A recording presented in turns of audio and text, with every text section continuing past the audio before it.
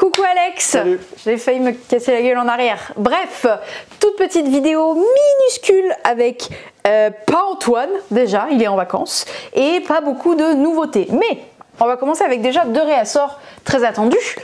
Château Combo qui a été en petite rupture chez nous parce qu'on avait bien jaugé, on croyait dur comme fer en ce jeu, donc on avait bien chargé la dose des commandes, mais voilà, il est quand même de retour. Et lui, il n'arrête pas de venir en pointillé, de repartir. The Gang, voilà, il est là. Je ne sais pas s'il va repartir encore avant de revenir, mais on en a. Voilà, c'était les 2 réassorts. Et on va maintenant passer aux nouveautés qui sont Very Bad Lands. Du coup, vous avez 2 boîtes. Elles sont totalement indépendantes, mais elles sont aussi mixables. Voilà. Elles sont mixables pour jouer à très beaucoup. 10, hein, c'est ça, tu m'avais dit? Exactement. Voilà. Parce que normalement, c'est un jeu qui se joue de 3 à 6 joueurs pour 20 minutes de partie à partir de 8 ans. C'est un jeu de chez Randolph Games. C'est distribué par Gigamic et c'est un jeu de pur chaos. Voilà, ça porte bien son nom, hein, survivez au chaos. Voilà. C'est très fun. On y avait déjà joué à la version proto il y a cet été, je crois. C'était cet été, je crois. Oui, il me semble. Oui. Vous incarnez des pauvres dinos qui doivent survivre à l'apocalypse. Voilà. On va chacun avoir un petit dino devant soi. Il y en a plein. Dans les 2 boîtes, ce sont des dinos différents avec des pouvoirs différents. Voilà, on en a plein. Et on a des points de vie. Donc, on a généralement 3 points de vie. Mais il y a des dinos qui en ont plus ou moins. Voilà. Et en fait, on va essayer de survivre. Il y a que un perdant et tous les autres sont des gagnants. Il peut y avoir plusieurs perdants. Mais oui, mais en gros, c'est le premier qui meurt, ou les premiers, parce que des fois le tempo fait qu'on est plusieurs à mourir en même temps, sont les perdants. Voilà. Tous les autres ont fini la partie, tous ceux qui sont encore vivants, ils ont gagné. Voilà, c'est pas hyper punitif. Voilà. On perd quand on arrive à 0 point de vie. Et comment ça va se passer? Chacun a son petit dino en début de partie. On va avoir une carte chacun en main. Ce sont des cartes qui vont de 1 à 11. Tout à fait. Voilà. Et vous allez avoir aussi un petit récap des cartes à effet qui existent dans cette boîte-là. Donc là, c'est la démo du T-Rex. Mais dans cette boîte-là, c'est d'autres effets aussi, en plus d'avoir d'autres dinos avec d'autres effets. Donc comme je vous ai dit, elles sont indépendantes mais mixables. Et à son tour, c'est très simple. On regarde la carte qu'on a et on a le choix soit de la garder, soit de l'échanger avec celle de notre voisin de gauche, soit de l'échanger avec celle de la rivière. Et si on fait ça, la nouvelle qu'on met est face visible. Moi, je la récupère face cachée, on ne sait jamais, peut-être que les autres, ils ont une mauvaise mémoire. Voilà. Les effets de cartes vont s'activer quand elles sont révélées. Par exemple, ici, je viens de révéler la carte canicule qui dit que toutes les personnes qui ont une carte de valeur 6 ou plus doivent se manifester. Alors, si vous êtes des gens drôles, vous pouvez faire caca. Voilà. Sinon, ce qu'il y avait... Est-ce que j'ai l'inondation d'ailleurs? Peut-être.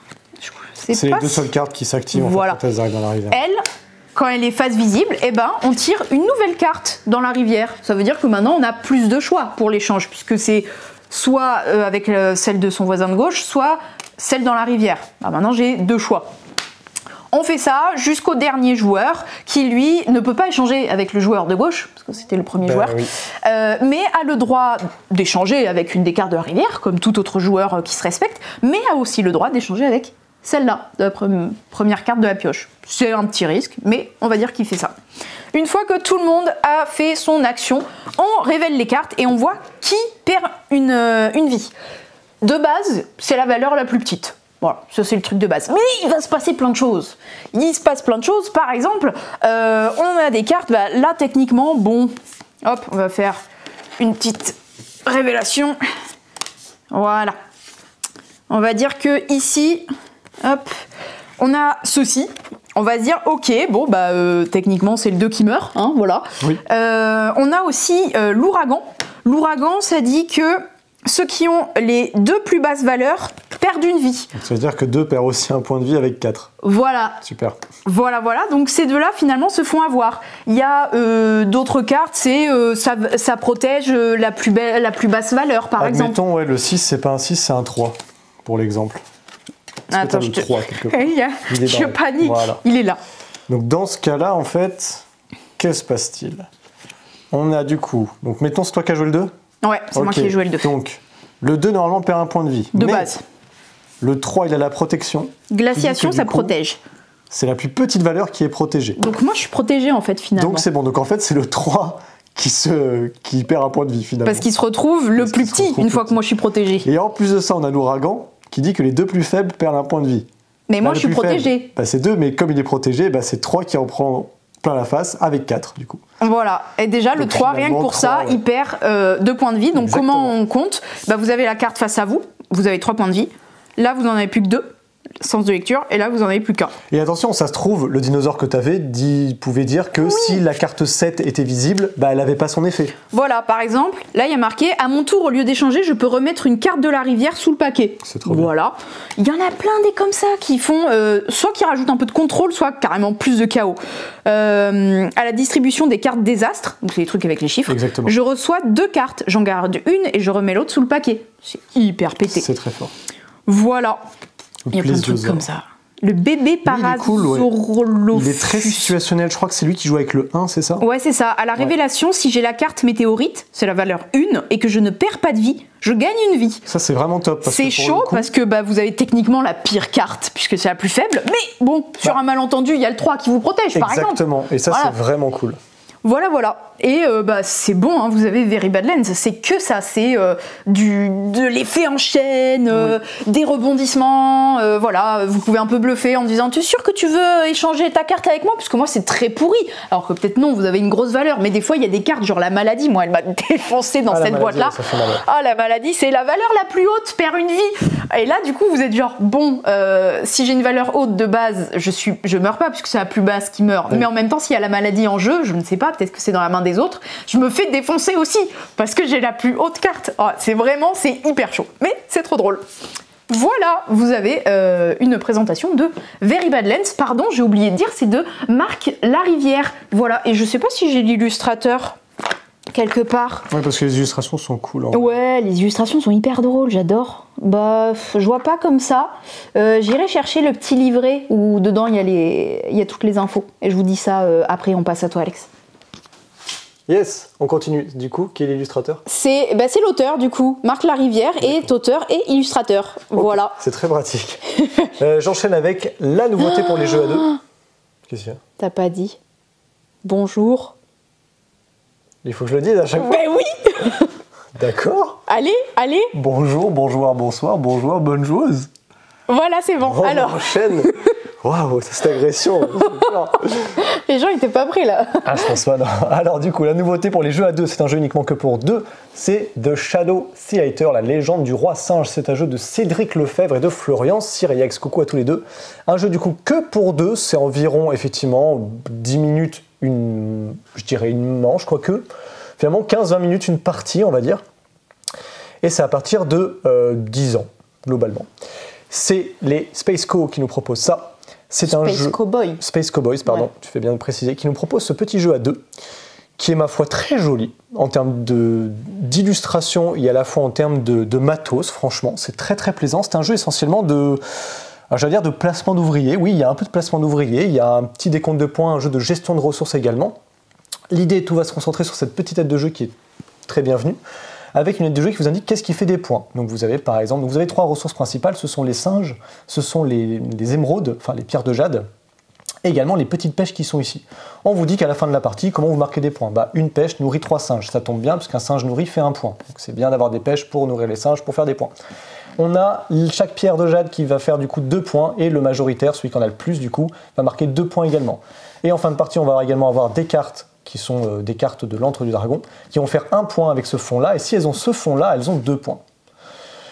À la fin d'une manche, on calcule les points, celui qui a le plus de points, il gagne la manche, et quand on gagne une manche, on prend cette petite lanterne, il y en a 3. Si jamais un joueur gagne sa deuxième lanterne, il gagne la partie. Donc il y aura en tout 3 manches maximum. Comment se passe un tour de jeu? C'est extrêmement simple. À mon tour de jeu, je vais tout simplement pouvoir faire l'une des 2 actions, soit jouer un singe sur l'un des 3 emplacements. Vous voyez qu'il y a un emplacement, c'est très bien fait d'ailleurs, la boîte sert de décor, c'est très joli. L'emplacement bleu ici pour l'antre du dragon, je peux poser jusqu'à 3 singes du coup ici. Enfin moi j'en poserai qu'un, mais il y a 3 emplacements disponibles. En fond vert ici, on a 3 emplacements également et on peut se poser là. Et en fond rouge, on a ces petits emplacements ici. À mon tour de jeu, du coup, je peux soit placer un singe sur l'un des 3 lieux, soit du coup récupérer tous les singes d'un même lieu. Donc là, je pourrais faire l'action, par exemple, de récupérer tous les singes qui sont ici. Là, il y en a 2, je récupère les 2. Voilà. C'est une action. C'est à mon adversaire de jouer. Mon adversaire pourrait très bien dire, bah, je vais aller ici, hop. Qu'est-ce qui se passe ici? C'est marqué, je gagne une carte. Donc il va piocher une carte. Hop. Les cartes ici en général, elles ont des effets cool. Et ces cartes-là, vous pouvez les jouer toujours de manière optionnelle, une ou plusieurs cartes avant votre action principale. Là par exemple, je joue cette carte-là, bah, du coup mon adversaire doit remettre une petite pêche du coup dans la réserve. Une petite pêche, oui c'est ça. Ici, si je me place, je récupère 2 singes de la réserve et ici une pierre de jade. Et enfin ici, je vais pouvoir récupérer une pêche et déplacer le roi singe. Le roi singe en plus, il va permettre de bloquer des emplacements, ce qui est toujours très intéressant. Et notamment, il va avoir un impact sur certaines cartes qui sont ici. Parfois, on vous dit, s'il est à tel emplacement, vous allez gagner telle ou telle chose. C'est extrêmement simple à prendre en main. La petite subtilité, c'est qu'au début de la partie, vous avez ici des parchemins que vous allez récupérer. Vous en piochez 2 et vous en choisissez un. Le deuxième, vous le mettez sous la pioche. Et c'est une manière de marquer des points autre que par ce qui est défini par le jeu. Donc très cool aussi, ça ouvre pas mal d'asymétrie. La manière dont le jeu va prendre fin, c'est lorsque l'une des 3 réserves sera vide, même des 4 d'ailleurs, parce que quand il n'y a plus de cartes aussi, mais c'est rare quand même qu'il n'y ait plus de cartes, mais ça peut arriver. Donc dès qu'il n'y a plus de cartes, plus de singes, plus d'émeraudes, pierre de jade, ou plus de pêche, et bah du coup, ça met fin à la manche, pardon. On regarde celui qui a le plus de points, celui qui a le plus de points récupère une lanterne, et si jamais c'est ma deuxième, bah j'ai gagné la partie. Donc c'est à la fois très fluide et c'est à la fois assez subtil dans le tempo de jeu. Quand on voit un groupe comme ça de 3 singes, on se dit bah je vais peut-être pas aller me placer ici pour déplacer le roi singe, parce que notamment je pourrais pas le déplacer là-bas, il n'y a pas d'emplacement, donc ça me fait le déplacer qu'ici. En plus je récupère qu'une seule pêche, et j'en ai pas forcément besoin parce que j'ai pas beaucoup de singes actuellement, et je rappelle que les singes une fois nourris gagnent des points, donc je vais plutôt aller récupérer les 3 singes qui sont là-bas, parce que ça me fera quelque part de quoi placer des ouvriers, parce que je rappelle que les singes que j'ai là, finalement je les place. Donc c'est finalement des points que je peux remettre potentiellement en jeu. Mais l'avantage, c'est que du coup, ça crée un tempo de jeu qui est intéressant entre se placer et offrir des ouvriers à mon adversaire, mais en même temps se placer m'octroie éventuellement un bonus sur le long terme, à voir évidemment si cette stratégie-là va être viable ou pas, en plus d'avoir les petits parchemins qui sont ici. Donc finalement, sur ces aspects très simples dans la règle de jeu, ben ça va être finalement très subtil, notamment parce que c'est les joueurs qui vont régir le tempo. Voilà pour Shadow Theater, j'espère que je vous ai donné un peu envie d'y jouer. En tout cas, nous on y a pas mal joué, finalement c'est un jeu que j'ai pu jouer et rejouer parce que les parties sont très courtes. Et je trouve ça très intéressant de pouvoir mêler à la fois jeu à carte à effet et à la fois jeu de gestion de ressources et à la fois placement d'ouvriers, avec un peu d'asymétrie. Chose que tu voulais rajouter? Oui, alors déjà on peut commencer ici. En gros c'est la deuxième des marques des soldes, donc les soldes enfants.